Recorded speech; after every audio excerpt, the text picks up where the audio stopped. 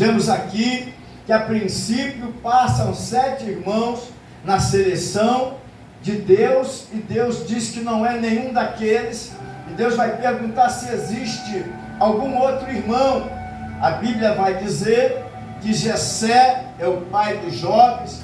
Ele vai dizer que ainda existe um, mas que é um menor. Ou seja, uma das características de Davi nessa seleção é que ele é o menor da casa. Diga para quem está perto de você: os escolhidos de Deus costumam ser os menores, os mais humildes na presença de Deus. A Bíblia diz que Davi, ele era ruivo, ou seja, ele era de uma aparência diferenciada dos seus irmãos. Os irmãos de Davi, os 7, eram de pele morenas, eram cabeludos, eram guerreiros, enquanto diz a Bíblia que Davi era ruivo. E a Bíblia também vai dizer que ele era pastor de ovelhas, ou seja, ele cuidava das ovelhas do seu pai. Diga para quem está do teu lado: a ovelha não era dele. Diga, ele estava cuidando do que não era dele, ele estava cuidando do que era dos outros. E é interessante dizer que essas ovelhas, elas não tinham valor nenhum, porque eram ovelhas malhadas. Ovelhas malhadas, elas não tinham valores, tanto é que elas estavam no meio do mato, na parte dos fundos da casa, enquanto os 7 irmãos eram pastores, cuidavam daquelas ovelhas lisas, de valores, estavam na frente da casa para vender, estavam na exposição diante dos olhos de quem passava, enquanto Davi estava no meio do mato, cuidando de coisas que não eram dele, mas ele cuidava com zelo, cuidava com amor. A Bíblia, ela vai me ensinar aqui, irmãos, que Davi, ele no Salmo 113, ele vai declarar que ele foi gerado do pecado, da iniquidade, e que a mãe no pecado gerou ele. Ou seja, Davi vai declarar aqui também que ele não era filho legítimo da mãe que morava na casa, ele era um bastardo, ele era filho de uma mãe que gerou ele no pecado, no adultério. E diz a Bíblia também no Salmo 51:5 que ele na iniquidade é que ele foi formado. E no Salmo 113 a Bíblia diz que ele vai dizer que ele foi tirado do monturo de lixo e foi colocado na mesa com os príncipes. Eu olho para isso que está aqui, meu irmão, e eu vejo que o Senhor, ele surpreende a gente com as suas escolhas. Quando Deus escolhe, ele nos surpreende. Você vê que Jesus, ele vai fazer uma escolha dos seus discípulos. Ele escolhe Tomé, um homem que não acredita em nada, tudo para ele é duvidoso. Ele escolhe um Pedro que no meio dos discípulos, pregando o amor, ele compra uma espada para se defender. Ele vai escolher aqui os seus compatrícios, que é Mateus, que era um cobrador, ladrão de impostos. Ele escolhe Judas, que era ladrão de dinheiro, roubava a bolsa, diz a Bíblia. Então nós olhamos para a Bíblia e nós vemos como Deus nos surpreende com as suas escolhas. Se você olhar até mesmo para você mesmo, como eu olhei nessa tarde, eu vejo como que Deus às vezes parece que ele se enganou. Às vezes Deus olha para nós de uma forma e ele consegue penetrar dentro do nosso coração e saber o valor que nós temos, enquanto qualquer um que olhar não vai te dar valor nenhum. Então o que eu quero te dizer é que não importa a opinião do ser humano, não importa o que o homem pensa de você, não importa o que os seus amigos falam a teu respeito, o que importa é o que ele pensa a teu respeito, é o que ele diz para você nos momentos de solidão, de abandono. É a declaração dele é que vale. O homem é enganoso no seu coração, mas Deus não se engana, ele tem o controle de tudo, e quando ele fala a coisa certa. Eu olho para cá, eu vejo as escolhas de Deus dentro de Jericó. As muralhas vão cair e ele dá uma ordem: salva somente Raabe, a prostituta. Olha o olhar de Deus. Que olhar é esse? Enquanto muitos queriam apedrejar uma mulher em praça pública, Jesus disse: se alguém tem pecado, não atira a pedra. Ele vai salvar essa mulher no meio de uma multidão que olha para ela com uma ótica de crítica, com uma ótica de condenação. Mas Deus olha e Deus poupa essa mulher. Glória a Deus. Deus, em meio a 3 milhões de hebreus, Deus escolhe um gago, uma pessoa que não sabe falar direito, a ponto de dizer: chama meu irmão Arão, porque eu não sei falar. E Deus fala: vai, porque eu vou colocar as palavras na sua boca. É Deus que fala no nosso lugar. Eu não sei se você já foi pego de surpresa falando algo que não é do teu vocabulário, dizendo algo que não era de costume você falar, mas é Deus usando teus lábios, é Deus usando a tua boca para falar por Ele. Por quê? Porque Ele te escolheu. Eu acho lindo o Salmo 89, quando Deus ele fala: eu achei o meu servo Davi. E se ele diz achei, é porque ele estava procurando. É lindo isso.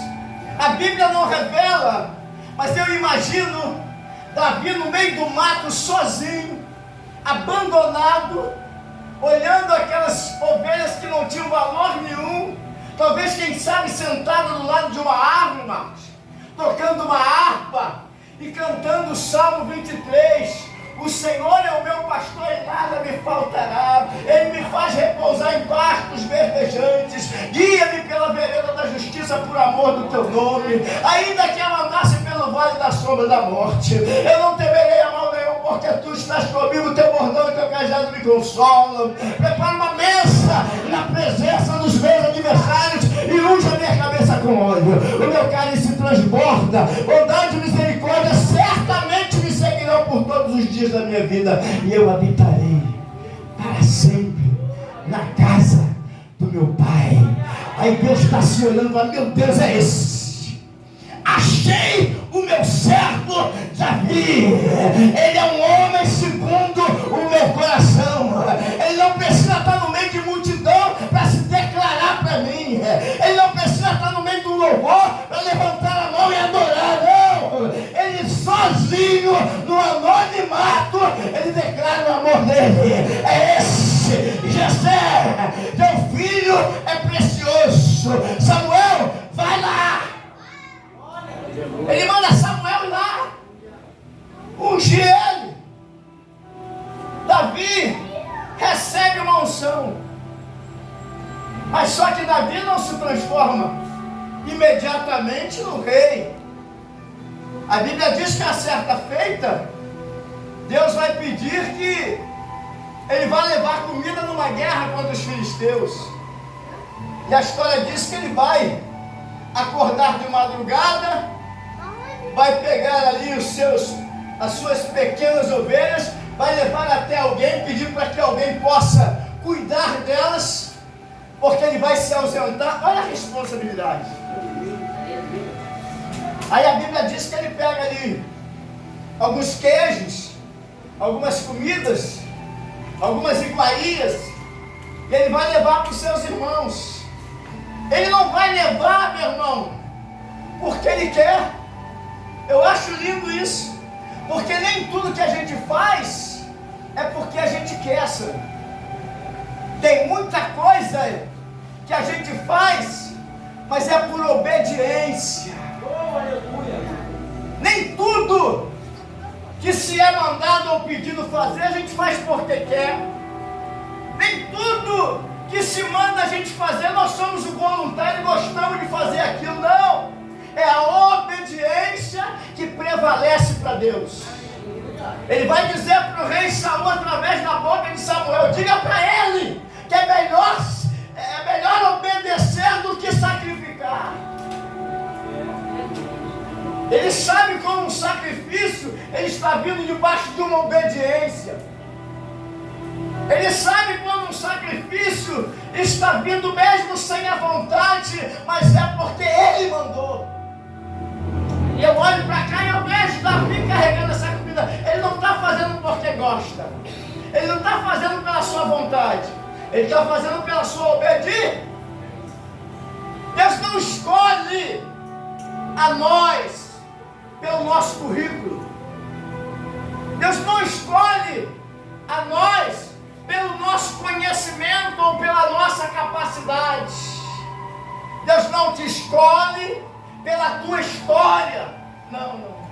Deus escolhe pela sua obediência. É os crentes obedientes. Coisa linda é quando a gente chama alguém para fazer a obra, a pessoa fala, mas eu tenho medo, pastor, eu nunca fiz. É diferente de você chamar uma pessoa, não, deixa comigo que eu conheço, eu sei tudo, eu vou fazer tudo. A soberba, a altivez, a prepotência, ela vai tomar conta. Você vê que no livro de Ezequiel, capítulo 28, a Bíblia diz que o Senhor inicia elogiando Lucifer, o Satanás. Ele começa dizendo que ele foi quem criou ele como querubim. E que ele era de uma aparência perfeita, está escrito lá. E que ele andava pelos montes iluminados do céu. E que ele tinha uma canção que era uma linda adoração e ele tinha seguidores. Mas a Bíblia diz que num certo ponto ele quis ser igual a Deus. Ele invejou a Deus. Ele disse que ia fazer o seu trono acima do de Deus. Até que Deus o lança lá de cima, lá embaixo. É por isso que eu olho para Davi e eu vejo que não é pelas condições financeiras que Deus escolhe, não é pela capacitação, não é pelos dons, não, é pela capacidade de obedecer a Deus. Deus olha para nós e a primeira coisa que Ele olha direto no coração para ver qual é a capacidade e a disponibilidade que você tem para você obedecer. É você ter uma palavra só, uma palavra reta, vou fazer e pronto. É você ter uma definição do que você quer realmente. A gente às vezes faz tantas promessas, mas nenhuma delas são cumpridas. Por quê? Por causa da falta de obediência. Aí eu olho para a Bíblia e eu vejo Davi levando comida. Chega lá para dar comida para os seus irmãos e ele ainda é maltratado pelo Eliabe. Eliabe vai dizer, o que tu está fazendo aqui? Tu é pretensioso. Cadê aquelas poucas ovelhas? Ele humilha o seu irmão. Davi sai dali e se coloca diante do rei Saul. O rei Saul vai dizer a mesma coisa. Você é uma criança, não tem capacidade nenhuma para enfrentar um homem desse. Esse homem é experimentado em guerra. Aí Davi vai dizer para ele, é só que eu estava lá no meio do mato e eu matei urso, eu matei leão. Nos momentos de maior dificuldade, eu salvei as minhas ovelhas. Aí Davi olha para ele olha para Davi e ele diz, então vai. Então vai. Eu olho para a Bíblia e eu vejo, irmãos, ele vai, mas ele vai para vencer. Ele vai determinado a vencer a batalha. Tanto é que em momento nenhum você vê Davi chamando o gigante de gigante. Você não vê em lugar nenhum um pingo de medo sequer de Davi. Davi vai escolher 5 pedras e Davi vai encarar o gigante e dizer, eu vou no nome do Todo-Poderoso. Ele não vai sozinho, meu irmão. Ele não é como algumas pessoas que às vezes acham que pela sua capacidade vai resolver o problema.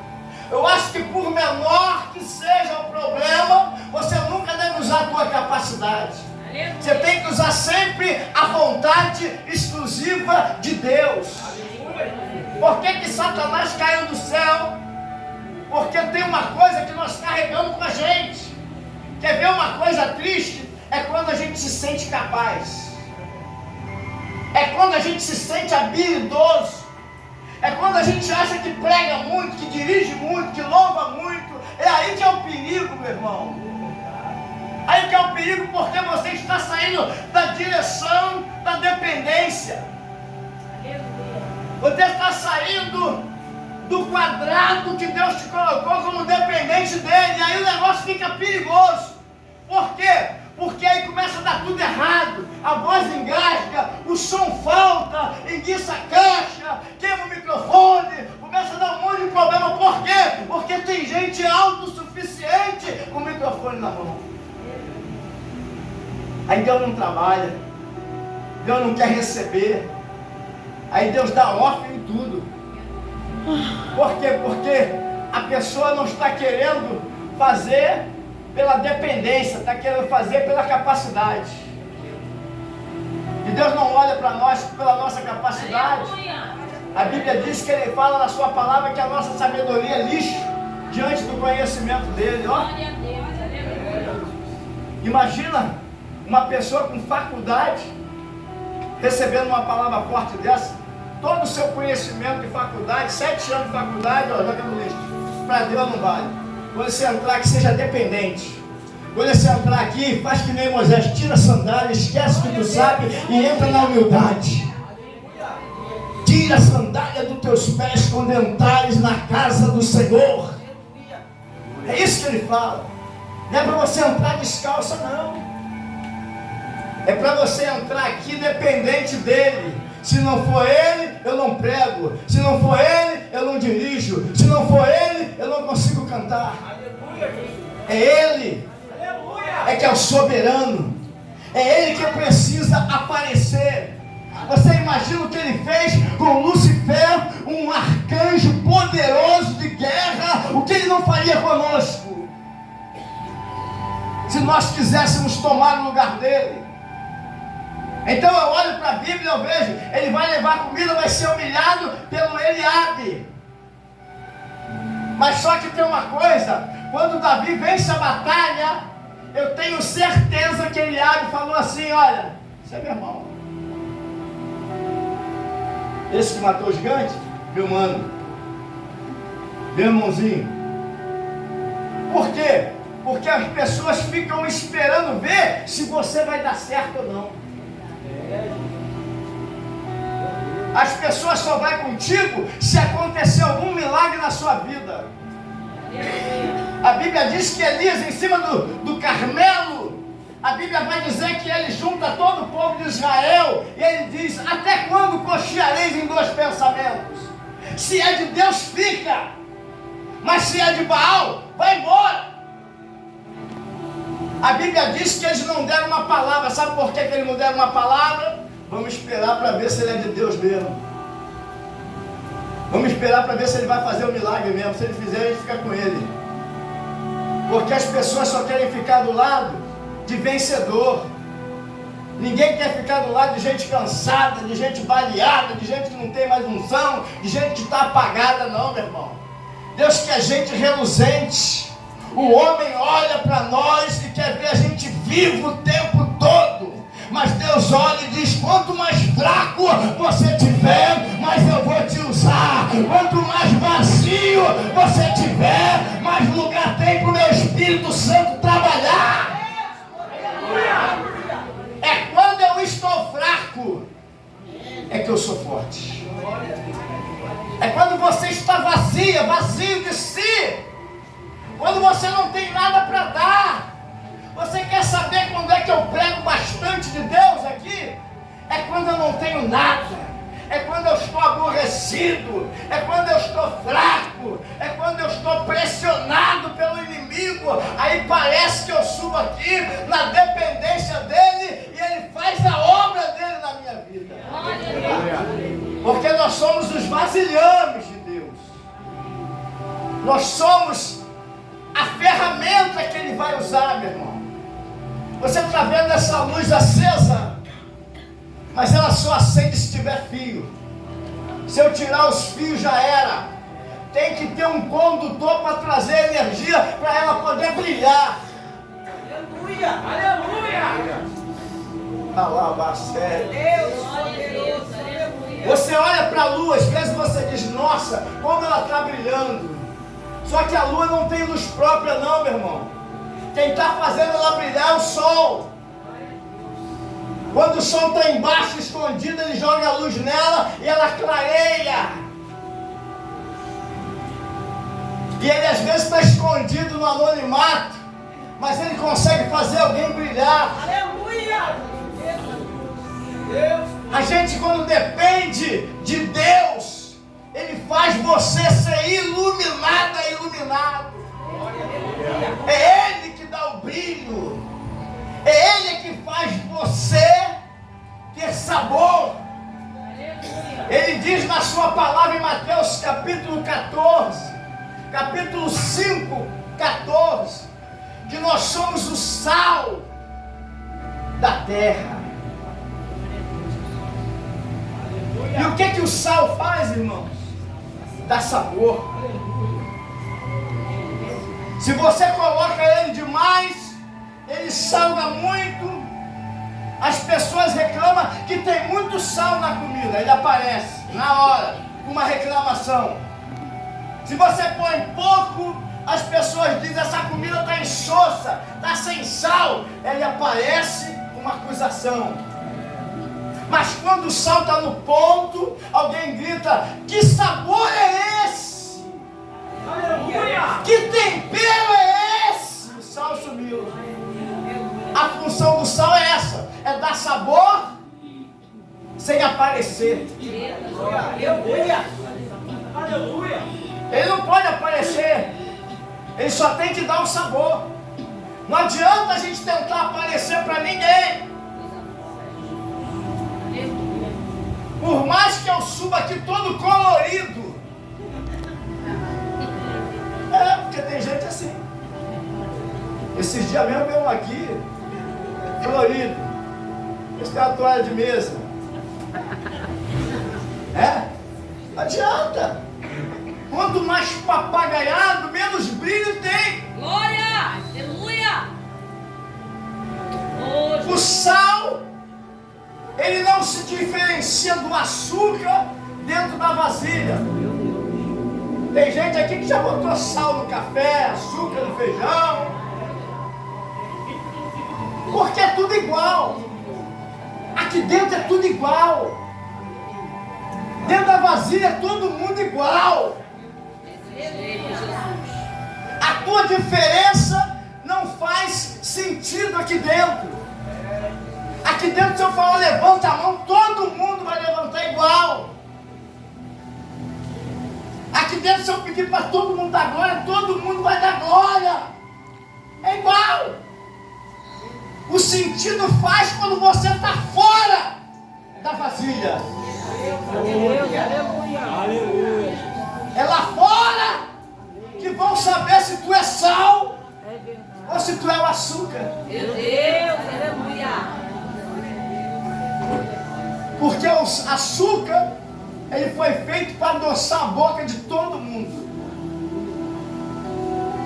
Mas o sal não. O sal só vai dar sabor para quem tem um bom apetite, uma vontade. Você tanto vai dar sabor como você vai causar sede nas pessoas. O sal é por isso que Deus fala: seja o sal da terra. E a Bíblia diz que quando o sal perde o seu efeito, o seu valor, o diácono, ele é colocado nas calçadas para as pessoas pisarem nele, porque ele está insípido, ele não tem mais valor nenhum, ele precisa ser pisado nas calçadas. Então, meu irmão, minha irmã, a gente precisa ser sal.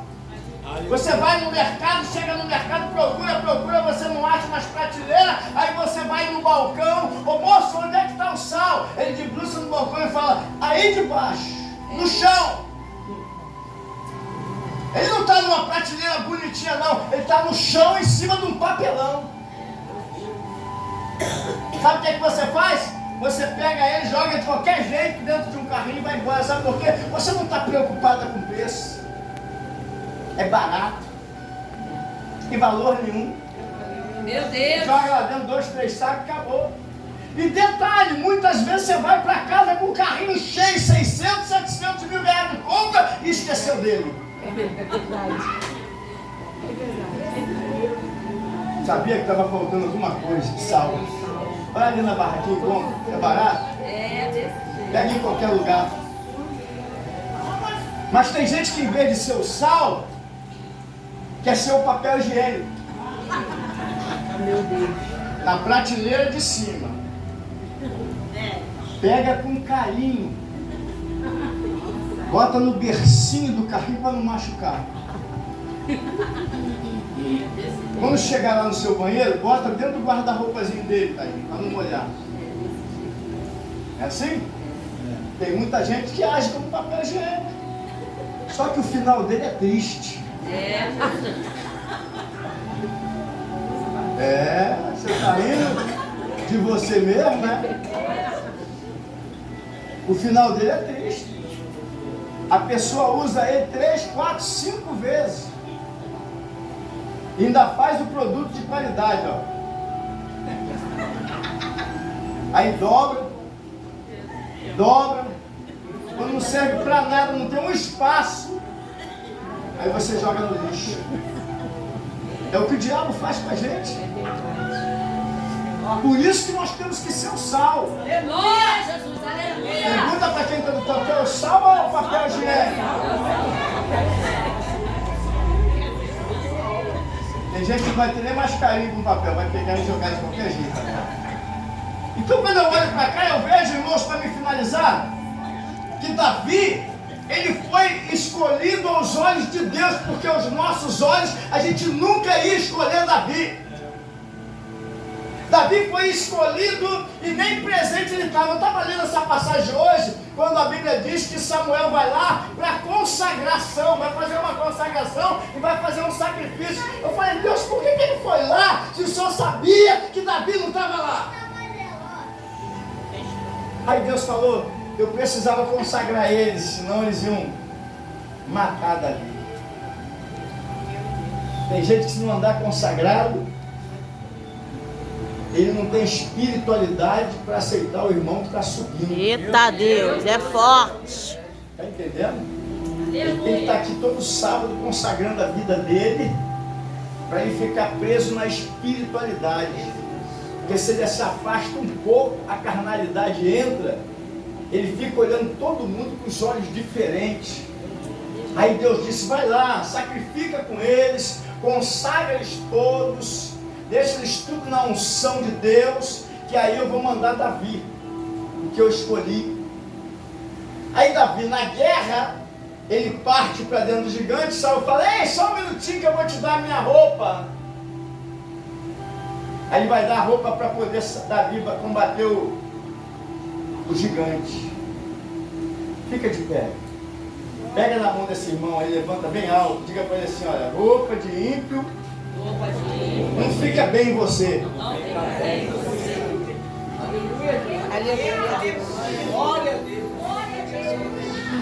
Fala, quer vencer batalha? Quer vencer batalha? Bota a roupa de crente. Bota a roupa de crente. Irmão. Que tem muita gente usando roupa de Saul na igreja. E quer vencer batalha. Aí vai todo desajeitado. Você não precisa disso. Por que Davi não pega? Para Saul depois dizer, venceu porque estava com a minha roupa.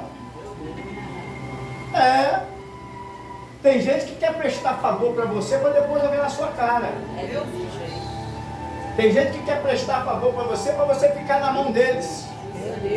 Mas ele está assim porque eu ajudei.